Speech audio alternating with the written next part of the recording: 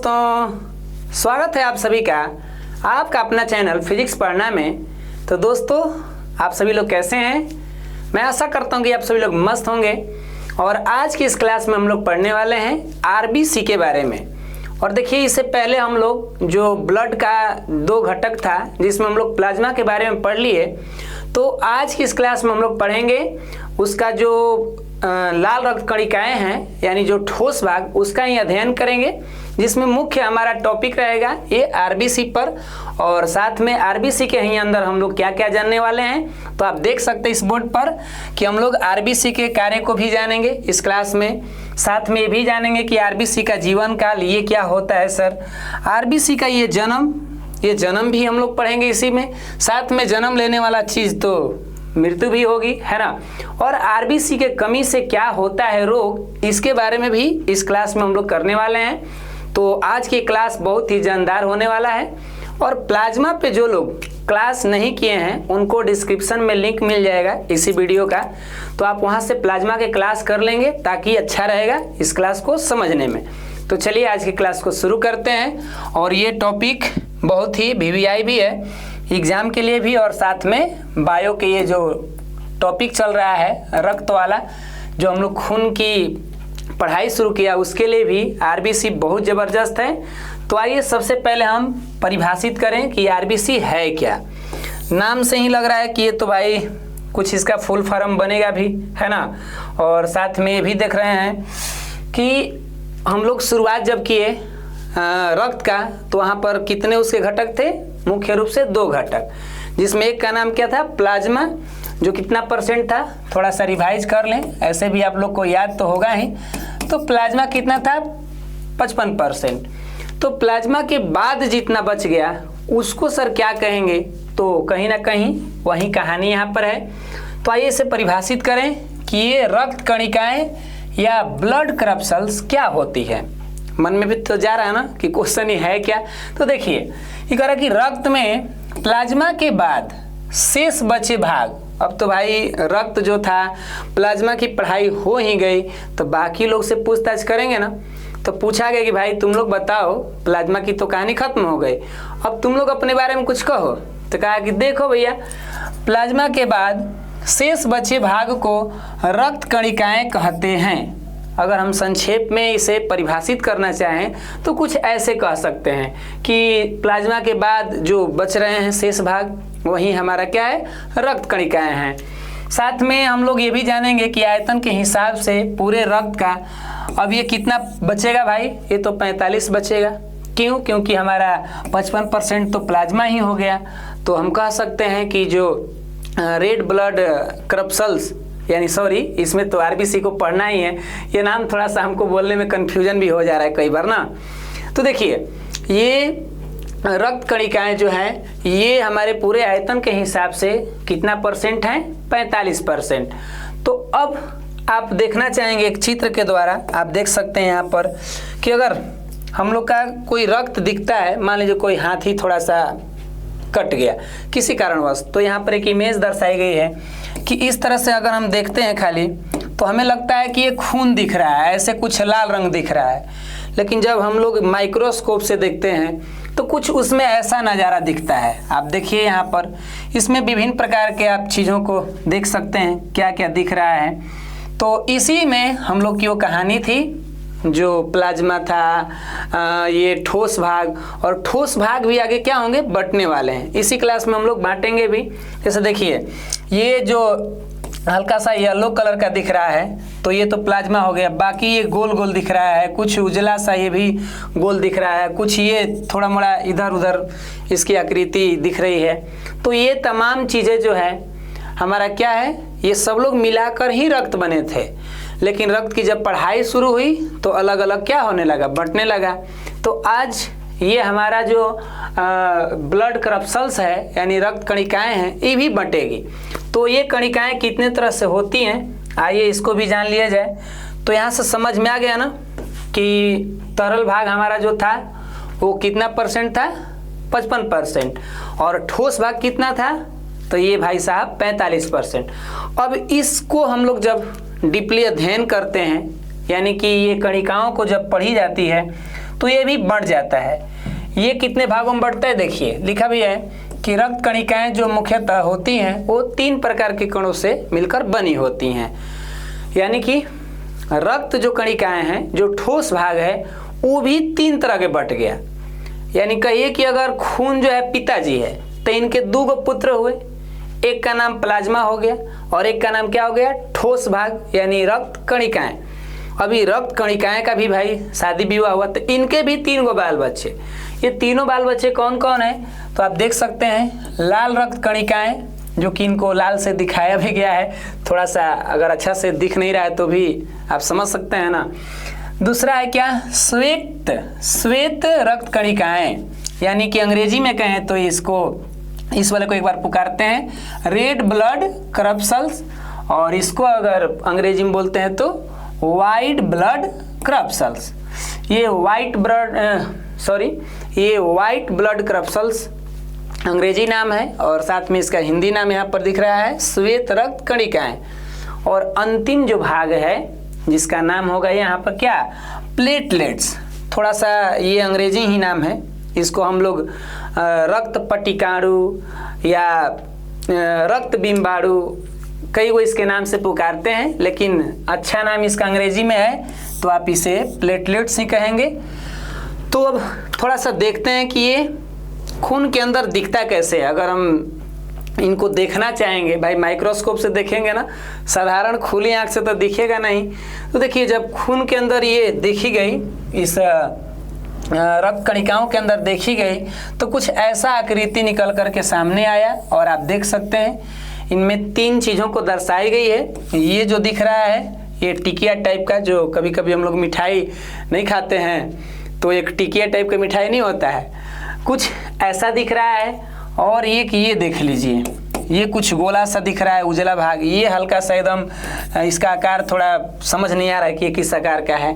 तो ये तीनों जो है कहीं ना कहीं इन्हीं के ये नाम रखे गए हैं, जिसमें से इसका नाम क्या हम लोग बोलेंगे तो ये हमारा शॉर्टकट में RBC है, और ये हमारे शॉर्टकट में क्या है WBC है, और ये तो आप जान ही रहे हैं कि ये हमारा प्लेटलेट्स है या कहें तो पट्टिकाणु है।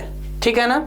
चलिए, तो यहाँ तक आपको चीज़ें समझ में आ गई कि ये जो रक्त कणिकाएं हुई ये भी कितने तरह के हैं, 3 तरह के, जिसमें एक का नाम क्या है लाल रक्त कणिकाएं, दूसरा का नाम क्या है श्वेत रक्त कणिकाएं, और फाइनली अंतिम क्या है तो ये है प्लेटलेट्स। थोड़ा नाम बोलते समय ध्यान से, ना तो गलती भी बोला जाएगा। प्लेटलेट्स, ऐसे लग रहा है कि कोई प्लेट जो है आ रहा है खाने वाला, वो लेट से आ रहा है तो आदमी कहते हैं प्लेटलेट्स हो गया भाई ऐसे लग रहा है। तो चलिए अब हम बारी बारी से इनको पढ़ेंगे, लेकिन आज की क्लास में मुख्य तौर पर जो पढ़ाई है, क्योंकि आप लोग भी थंबनेल देखे होंगे तो आप लोग को भी लगा होगा कि पढ़ाई तो RBC का ही होने वाला है, तो वाकई चलिए शुरू करते हैं किसको, RBC को। अब इसके बारे में थोड़ा पता किया जाए कि भाई RBC आप हैं क्या, बड़ा फेमस नाम है आपका, बड़ा चर्चा है, आपके ही नाम से तो थंबनेल बने हुए हैं, तो भाई आप तो हीरो हो गए ना, है कि नहीं। तो चलिए इसको थोड़ा सा समझते हैं कि ये क्या है। तो लाल रक्त कणिकाएं, अंग्रेजी में क्या बोलते हैं इनको, रेड ब्लड करप्सल्स, या कहीं कहीं सेल भी लिखता है, रेड ब्लड सेल। तो भाई साहब लिखने वाले बताने वाले अलग अलग भी, हम लोग जितना समझ में आ रहा है उतना हम जान रहे हैं, है ना। अब देखिए क्या कह रहा है कि रक्त कणिकाएं का वह भाग, क्योंकि भाई ये तो रक्त कणिकाएं का ही तो भाग है ना, ये तो बात क्लियर है बिल्कुल। तो कह रहा है कि रक्त कणिकाएं का वह भाग जो फेफड़े से ऑक्सीजन को लेकर, ये अब असली आया परिवहन में इसका कहानी, फेफड़े से किसको लेगा, ऑक्सीजन को। अब उसको ले करके शरीर के क्या करेगा, विभिन्न भागों तक पहुंचाएगा ना। तो यहाँ देख लीजिए क्या कह रहा है कि पूरे शरीर तक ये पहुंचाएगा, और बाद में उधर से टांग के ले आएगा बिना काम वाले पदार्थ को, जो कचरा कहलाएंगे अपने आप में, तो उनको लेगा किनको, कार्बन डाइऑक्साइड को लाएगा पूरे शरीर से और फिर फेफड़ा के पास पहुंचा देगा। मतलब इसका कार्य भी इसी में हो गया। अगर हमसे कोई पूछे कि बताइए RBC का काम क्या है, तो परिभाषा में ही इसका कार्य डाल दिए कि ये भाई साहब हमारे जो फेफड़ा है वहाँ से ये ऑक्सीजन यानी सांस को लेगा, सांस उसी को ना कहते हैं, सांस को लेके पूरे बॉडी तक फैलाएगा। पहले जहाँ भी हमारे बॉडी के अंग हैं ये सबको कहा कि लो भाई लेके आ गए। ये डिलीवरी बॉय एक तरह से है। ये डिलीवरी बॉय क्या करता है, फेफड़ा से सामान अपना उठाएगा, जो इसका नाम क्या है ऑक्सीजन, और ये सारे शरीर के हिस्सा में पहुँचाएगा, और उधर से बिना काम के चीज़ को लेते आएगा, बटोर ले आएगा, है कि नहीं, और ला के फेफड़ा के पास में रखेगा। अब उसके बाद अब फेफड़ा का जो काम है वो जाने कि क्या करेंगे नहीं करेंगे।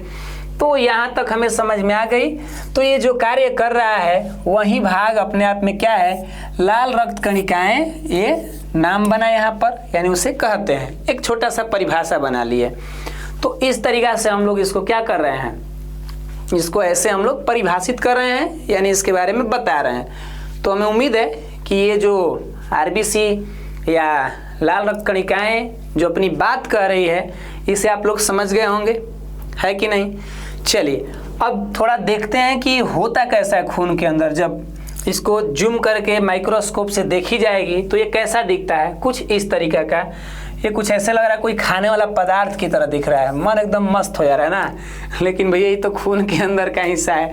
देखने में कितना मस्त एकदम सुंदर सुंदर लग रहा है कि कोई पाव रोटी है, ऐसा नहीं लग रहा है आप लोगों को, है कि नहीं।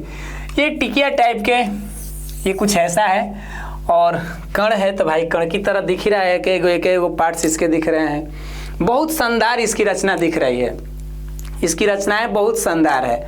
साथ में ये भी कही जाती है, अगर ज़्यादा विस्तार से इसको पढ़ते हैं तो भाई इसकी पढ़ाई अपने आप में कोई छोटा वोटा है नहीं, ये थोड़ा और डेवलप कर जाएगा, लेकिन हम लोग बेसिक लेवल पे ही पढ़ेंगे, ठीक है। हमको भी उतना ही जानकारी रहेगा तो हम फिर आगे क्यों बात करेंगे। देखिए कह रहे कि इन कणिकाओं को ना संक्षेप में आरबीसी कहते हैं, जो कि आप लोग जान ही गए हैं। तो आगे हम लोग ज़्यादातर आरबीसी के नाम से ही पुकारते हैं। क्वेश्चन भी एग्जाम में दिए जाते हैं या पढ़ाई लिखाई में भी ज़्यादातर ही फेमस क्या है, आरबीसी के नाम से फेमस है। तो इसीलिए आप लोग भी इसे ज़्यादातर आरबीसी का नाम रखेंगे। साथ में अब इसके बारे में थोड़ा नोट जान लेते हैं, कुछ पॉइंट्स जान लेते हैं, क्योंकि एग्जाम के लिए पॉइंट्स टू रिमेंबर यानी कुछ मुख्य बिंदु जो होंगे काफ़ी वीवीआई साबित होंगे। तो आइए आज के इस क्लास में जो आरबीसी की मुख्य कहानी है, मतलब यूँ कहें इनका पॉइंट्स है, उसको ही जानना बहुत महत्वपूर्ण है। तो देखिए ये क्या है, आरबीसी का जो जीवन काल है ये 120 दिन का लगभग होता है। अब यहाँ से मन में हमारा प्रश्न उठता है कि ये जीवन काल, क्या ये भी जीता है और मर भी जाता है। शरीर तो मरता ही तो हम जानते हैं, लेकिन ये शरीर के अंदर वाला जो है सिस्टम, ये हो जन्म लेके मर जाएगा क्या। तो भाई साहब हमारा जो बॉडी है इसके अंदर कभी हम लोग बचपन में सुनते थे कि नया खून बनेगा, कभी कभी दांत टूट जाता था, खून हम लोग का बहता था, या कभी छोटा मोटा हाथ कट जाएगा तो हम लोग उसको ना खून को नहीं बहने देते थे कि इसको पीते थे बचपन में। अब तो हुआ होगा किसी के साथ, मेरे साथ तो हुआ है। तो हम क्या करते थे कि मेरा खून चल जाएगा, हाथना मेरा खून बह गया, अब खून बनने में कितना टाइम लगेगा, नया खून बनने में, मैंने तमाम ऐसी बातें जो थी हम लोग बचपन में सोचा करते थे, ऐसा आसपास के लोग से भी सुने हुए थे। लेकिन अब जब बड़े हुए पढ़ने लगे तो समझ में आया कि भाई जो हमारे अंदर बॉडी के अंदर खून है उसमें आरबीसी का जीवन काल भी है 120 दिन का। यूँ कहें तो अगर आप देखेंगे इसका मंथली हिसाब से तो आप आंकड़ा निकाल लेंगे कि कितना महीना ये रह रहा है। साथ में आरबीसी का जो जन्म होता है वो बनता है, जो वो हड्डियों में कुछ हड्डी हैं जिनमें आप अस्थि मज्जा यानी अंग्रेजी में बोन मैरो, बोन तो समझते हैं ना हड्डी, तो ये कुछ नाजुक ऐसी हड्डियां होंगी। अब इनका उतना गहराई से हम तो बात करेंगे नहीं, तो बस ये मोटा मोटी समझ लीजिए कि हड्डियों में जो है ये क्या होंगे, जन्म लेंगे। और साथ में ये जब 120 दिन तक इधर उधर काम करते करते अब बेचारा थक जाएगा, अब कहे कि अब हम भैया उतना यंग नहीं रहे, अब हम बूढ़ बुजुर्ग हो गए हैं, अब हम मरेंगे। और मरने का मतलब ही थोड़ा कि वहाँ से गायब हो जाएगा, मरने का मतलब नया बदलाव हो जाएगा। इसके अंदर के जो हीमोग्लोबिन्स होंगे, जो आयरन होंगे, अब वो चेंजिंग के रूप में नया रूप लेगा। तो वो कहाँ होगा, तो भैया आरबीसी जो है ना, इसकी मृत्यु ये जो प्लीहा, यकृत, लीवर अब थोड़ा ये सब कोई भी पढ़ाई है अपनी, बस ये थोड़ा सा हमें संकेत के रूप में जानना है कि आरबीसी जो है ना अपना जब भी काम धाम कर लेगा, थक जाएगा तो मरेगा। मरने का मतलब अपना अब कहानी नए रूप में आ जाएगा। तो ये कहाँ होगा? तो ये होगा यकृत में, पलीहा में। तो इसके वजह से यहाँ से क्वेश्चन भी बनता है कि ये पलीहा और यकृत को ही आरबीसी का हम कब्रिस्तान भी कहते हैं, मतलब वो कब्र है, वहाँ पर जाके ये खत्म होंगे और फिर वहाँ से एक नया रूप लेंगे और फिर अपनी वही कहानी शुरू कर देंगे 120 दिनों तक। तो ये रहा इनकी ज़िंदगी, ये रहा इनका जीवन काल। और बहुत ही मस्त सीख दे रहे हैं कि भाई जब तक जिंदा रहो, किसी के लिए, चाहे अपने लिए, घर परिवार समाज के लिए अपना जीवन को खपा दो। एकदम देख रहे ना, पूरे हमारे बॉडी में घूम घूम के बेचारा ऑक्सीजन पहुंचा रहा है, बिना काम के पदार्थ को क्या कर रहा है, फेफड़े तक ला रहा है, यहाँ तक कि अपना जीवन भी खत्म कर दे रहा है। तो कितना ये अच्छा विचार वाला है ना। चलिए बहुत बहुत इसकी धन्यवाद कह सकते हैं। और साथ में और भी कुछ देख लिया जाए। ये क्या है पॉइंट्स में थोड़ा देखिए। इसका आकार आकृति के बारे में बात हुई है कि आरबीसी एक उभयावतल कोशिकाएं हैं। उभयावतल जिसका आप देख रहे हैं ना, ऐसे हम लोग नहीं पढ़ते हैं इस तरीक़ा से, पढ़े हैं ना। ये कौन सा लेंस है? अवतल लेंस। पढ़े हैं कि नहीं पढ़े हैं? तो आप देख रहे हैं यहाँ पर क्या हो रहा है, इसका दोनों हिस्सा जो है ये धंसा हुआ है। तो कुछ वैसे ही जो हम लोग ऊपर देखे थे चित्र में, वो कैसा था? वो धंसा हुआ ही था।